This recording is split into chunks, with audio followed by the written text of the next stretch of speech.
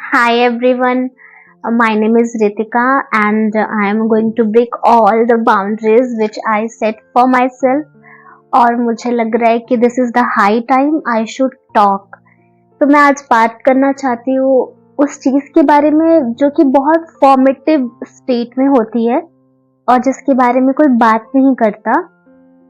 It's about care जो कि आप बहुत एक यंग एज में फील करते हो और वो कैसे आपकी मेंटालिटी को अफेक्ट करता है, मैं उसके बारे में बात करना चाहूंगी। तो लेट्स गेट स्टार्टेड। इसको मैंने कुछ पॉइंट्स में बांटा है, how it starts, how should we reciprocate and किस तरह से हमें इस चीज को लेके आगे बढ़ना चाहिए। तो first thing is how it starts the beginning, the world that pretends to care. जब हम बहुत यंग एज में होते हैं, जब हम बहुत छोटे होते हैं, तो लाइक आप अपनी किसी आंटी के घर गए हो तो उन्होंने बोला बेटा मैं तुम्हारे लिए कुछ ले आऊं खाने को, तो आप ना वो स्मॉल स्मॉल जेस्चर्स नोटिस करते हो। आपका कोई फ्रेंड है, उसने आपके साथ टिफिन शेयर कर लिया, अपनी नोटबुक शेयर कर ली और छोटी छोटी चीजें आपकी लाइफ में होती है, तो आप उस जेस्चर्स को केयर समझते हो कि वाह this one cares for me, ये इंसान मेरी मदद करता है, मुझे मानता है। सोसाइटी में कोई अंकल ने आपको केयर दिखाया, आपसे क्वेश्चन करा, तो आप ऐसा फील करते हो। तो आई वांट टू से कि आप just sit back and think, is it really care और is it just convenient. And the first crack appears, like आपकी लाइफ में पहली बार कुछ बहुत बुरा होता है, लाइक कोई भी पर्सनल क्राइसिस आ गया, किसी फैमिली मेंबर की डेथ हो गई, या फिर आपका जॉब छूट गया, या फिर आपको कुछ भी बहुत हर्टफुल आपने फील किया है for the very first time. तो हम एग्जाम्पल लेके चलते हैं कि किसी की डेथ हो गई आपके घर में, तो सडन आपको बहुत सारे मैसेजेस आएंगे, कॉल्स आएंगे, लोग बोलेंगे कि I am there for you, you can count on me, आपको कभी भी मेरी जरूरत पड़े बेटा मैं हूँ, भाई मैं हूँ, बहन मैं हूँ, जो भी है। और फिर धीरे धीरे करके ना वो चीजें बढ़ जाती है, days turns into weeks, weeks into months, और फिर अब अचानक से आपको एक दिन लगता है कि आई नीड सपोर्ट, मुझे किसी से बात करनी है। और फिर जब आप बात करते हो तो फिर उधर से एक रिस्पॉन्स आता है कि ओ आई एम सो सॉरी, तुम ऐसा फील कर रहे हो, पर आपको मूव ऑन करना पड़ेगा, लाइफ में ये सब चीजें होते रहती है। तो पोलाइट बट डिस्टेंट, पोलाइटली लोग बात करते हैं पर एक दूरी बना के बोलते हैं, तो फिर वो आपको डिस्कम्फर्ट फील कराता है। तो आप ऐसा सोचते हो कि यार इसने तो बोला था you can count on me, I am there for you always. तो मैं ये रेसिप्रोकेट करना चाहूंगी इस बात से कि do not fall for the trap I am there for you always, क्योंकि ये जस्ट वर्ड्स हैं, लोग उनमें उनकी गलती नहीं है, उन्होंने ऐसे ही सीखा है। तो अगर आप इसको सीरियसली ले रहे हो ना, तो this is really your fault कि आप इसको सीरियसली ले रहे हो कि लोग सच में साथ में होते हैं। पर प्रॉब्लम इज दैट ना कि उन्होंने वही सीखा है पहले, तो वो वही बात कहेंगे कि मैं हूं, पर ना किसी और के ग्रीफ के साथ बैठना इज वेरी टफ। आप अपने आप को उस स्पॉट पे रखना, उतना दुख फील करना जो आप फील कर रहे होगे इस पॉइंट पे, वो बहुत टफ होता है। तो फिर आपको अचानक से ये फील होता है कि नहीं यार इसने तो ऐसे ही बोल दिया, ये तो फील नहीं करता, ये इंसान सही नहीं है, इसने मेरे को बोला था I am there for you but अभी मेरे को जरूरत है तो ये नहीं है। तो फिर आप एक डिस्टेंट फील करते हो, आपको लगता है कि ये इमोशंस, ये जो केयर ये लोग दिखाते हैं, तो आपको रियलाइज होता है literally world pretends to care. और ना इसका एक ही सोल्यूशन है कि आप अपनी प्रॉब्लम के साथ खुद बैठ सकते हो, खुद उसके साथ बैठो, खुद उसको सॉल्व करो। कभी भी आप किसी पे रिलाय होगे ना तो वो प्रॉब्लम क्रिएट करेगा लॉन्ग टर्म में, क्योंकि ग्रीफ ना टेम्पररी चीज नहीं होती है। ग्रीफ ऐसा नहीं कि आज किसी की डेथ हुई और आज आपको बहुत बुरा बुरा लगने लगता है। It's a process, long process, और जब आप उस प्रोसेस में आते हो ना, फिर आपके पास कोई नहीं होता है। वो प्रोसेस में साथ रहना बहुत डिफिकल्ट है, क्योंकि सबके पास सबकी अपनी लाइफ है, everyone has life, everyone has problems. तो अगर आप जब बच्चे होते हो तभी आपको ये सिखा दिया जाएगा ना कि ये सारी चीजें जो कही जाती है ये सिर्फ कहने की है, तो आप इतना बुरा फील नहीं करोगे। थर्ड मैं बात करना चाहूँगी वर्क प्लेस फसाड के बारे में, कि अगर आपके साथ ये पर्सनल क्राइसिस होती है और आप बहुत ज़्यादा गलत मूड में चले जाते हो, फिर आप अपने काम पे जाते हो, आप सडन ये रियलाइज करोगे कि जो को वर्कर्स आपके साथ आके बैठ के एंजॉय करते थे या फिर आप साथ रहने लगते, वो डिस्टेंस मेंटेन करने लगते। जो मैनेजर एक दिन आपकी तारीफ करता था ना, वो आपको अचानक से आएगा और कहेगा कि please I know what you are going through but please don't let it affect your work. ये मैसेज बहुत क्लियर है। इसमें ये कहा जा रहा है कि ठीक है, आई नो तुम्हारे पास प्रॉब्लम्स हैं, लेकिन प्लीज काम कर लो। Your value is conditional. सबकी वैल्यू, हमारी जो वैल्यू है ना, ये बहुत कंडीशनल है।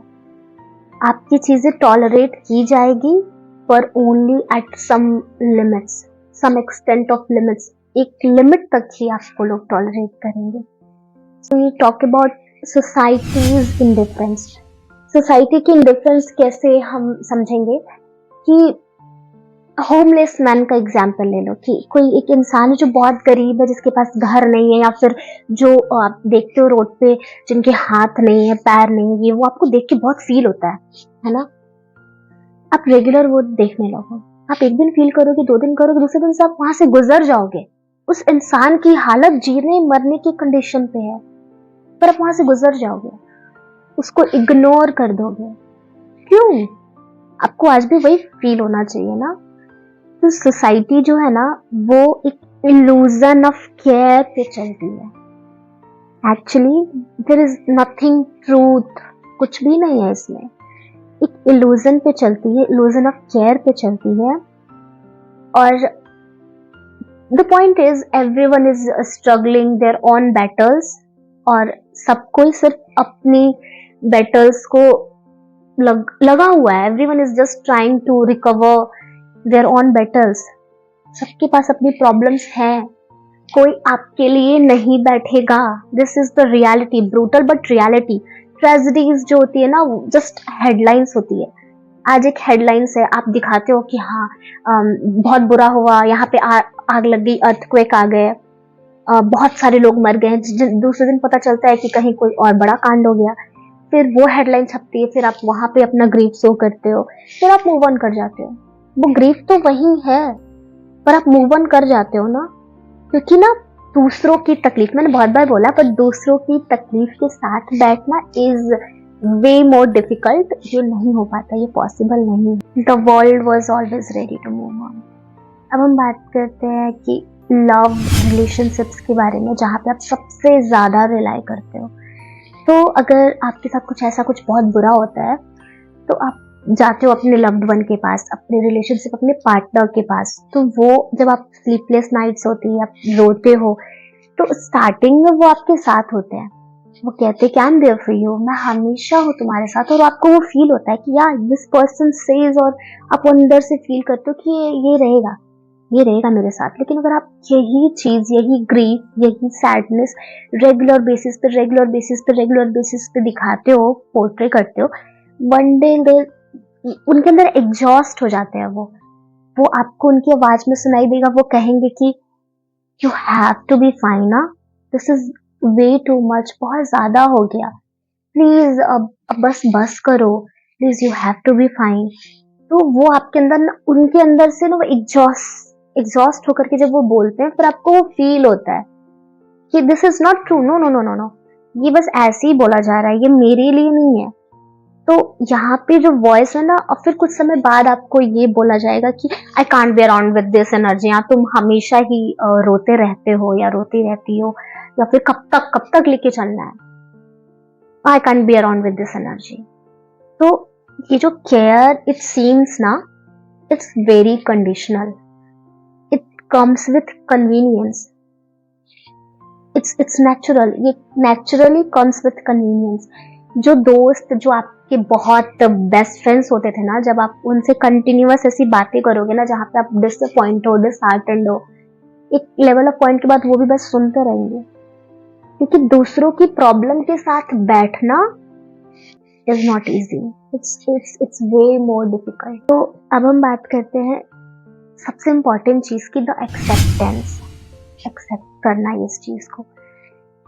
People really don't care unless it directly affects them. This is the truth. हम सब एक illusion में हैं कि we care for each other, पर अगर आपको directly कुछ affect नहीं किया, आप नहीं care करते हो. No one is caring. No one is going to do anything for you but you yourself. Acceptance starting में puts a very heavy weight कि यार क्या ही बोल रही है यार, नहीं ऐसे नहीं, ऐसे तो फिर कुछ होगा ही नहीं. तो थोड़ा मुश्किल होता है पहले एक्सेप्ट करना, पर अगर आप एक्सेप्ट कर लेते हो ना तो it will give you a sense of freedom. आपके अंदर एक फ्रीडम आती है, आप सेंस ऑफ रिस्पॉन्सिबिलिटी आती है कि मेरी रिस्पॉन्सिबिलिटी मैं खुद हूँ. आप अपने इमोशंस के साथ बैठना सीखते हो, आप अपने इमोशन को अलग डायरेक्शन में चैनलाइज करना सीखते हो. Only you can heal yourself, you can sit with your emotions, you can sit with your grief. बस आप हो, कोई नहीं है. आपका ब्रदर, आपकी सिस्टर, आपकी mummy papa, everyone has their own struggles. सबको दूसरे की प्रॉब्लम या तो थोड़ी छोटी लगती है या फिर कुछ समय बाद लगती है कि यार प्लीज ना अब आगे बढ़. तो आप जब ढूंढोगे ना, जब तक आप रिलाई करते रहोगे ना दूसरों पे, कि आप जब तक सिट बैक करोगे देखोगे कि कौन मेरी केयर करता है, कौन मेरे पास आएगा, कौन मेरे को चीजें करके देगा. People generally don't care. This is the truth and you have to accept it. And with truth comes acceptance, and with acceptance comes a strength to fight your own battles, to channelize your own emotions. So this is how small gestures, cares turns into feelings, emotions, and इस illusion, इस trap में हम फंस जाते हैं. तो thank you so much for watching my video. अगर आपको ये अच्छा लगा तो लाइक, शेयर एंड सब्सक्राइब, और अपने यंगर सिस्टर, ब्रदर और सबके साथ आप शेयर कर सकते हो जिसको भी ये जानने की ज़रूरत है, जो इस ट्रैप में है और जिसे लगता है कि why me and only me. Thank you so much. See you soon.